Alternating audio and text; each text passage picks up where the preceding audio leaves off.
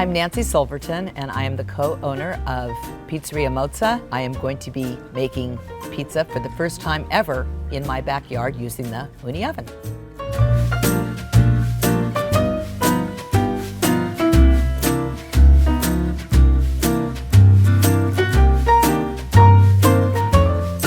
Just a little back history on the Stuffed Pizzette. A handful of years ago, I was in Israel eating an eggplant sandwich and enjoying it so much and wondering why I'm liking this better than any other sandwich. And I realized the reason why is because every bite was different. And that's what I'm going to create. To simplify things, think pita. Similar to a pizzette because I'm using the same dough. Different than a pizzette because I'm not stretching it and I'm not baking any of the toppings.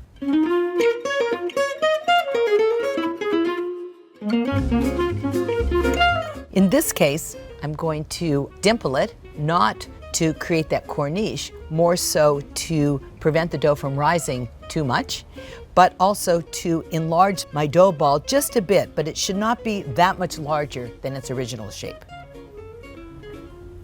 Same technique of sprinkling my peel with the semolina flour so that the dough comes off easily.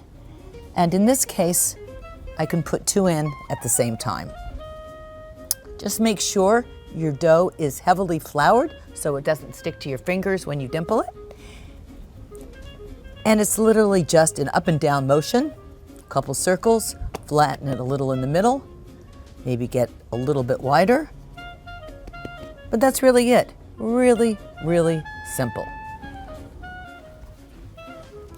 Brush it with a little extra virgin olive oil.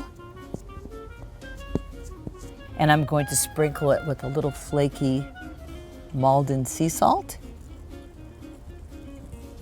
and pop it right into the oven.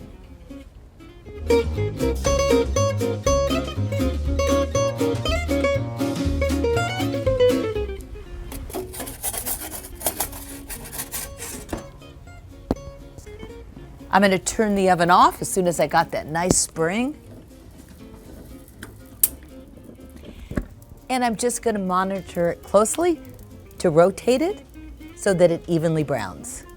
And this will take about as long as the pizza. It's a little bit thicker, so maybe another half a minute.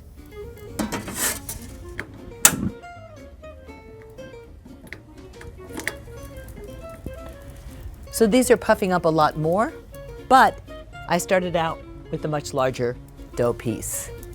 When you start with great dough and you have great ingredients, the mistakes are even edible. Beautiful, beautiful. And you know, I love the charred bits, the uneven spots. Makes you know that it's homemade, not store-bought.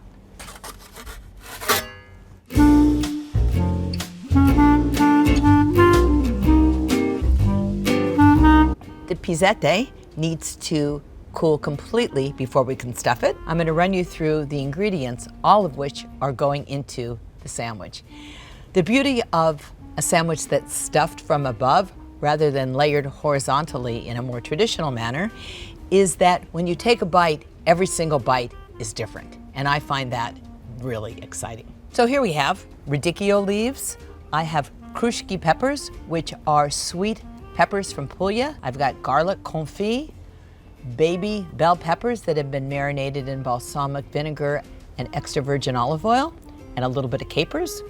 I have mozzarella. The size of the mozzarella is a ciliegini size, and that is the size of a cherry. I have fresh basil pesto and basil leaves. So my pizzette is cool enough to stuff. So I'm going to just cut off the end. Open up your sandwich, but don't cut all the way through because you want to keep that pocket so you can hold it.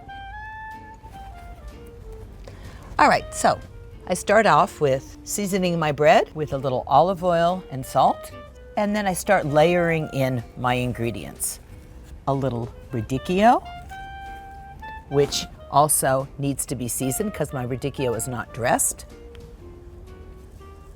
I'm gonna add a couple peppers down there.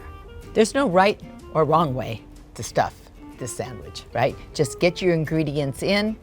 So I've got my radicchio, I've got my krushki pepper, I have some garlic, I have some bell peppers. mozzarella in here, which I'm going to season with my basil pesto. Let's nestle in some of that mozzarella. I'm going to add some very fresh basil leaves. I'm going to repeat the layering, but knowing that this is my last layer, so I'm going to make sure some of the ingredients stick out above the bread so I can see it. Seasoning my radicchio again. Pepper.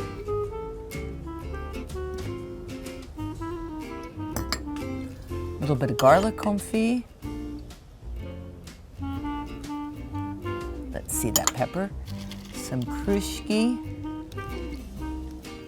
in there. Mozzarella. And some beautiful fresh basil leaf. All right. Not only is this sandwich full of flavor, it's full of color, it's full of texture, and it's full of shape. Pizzette stuffed sandwich. There you have it.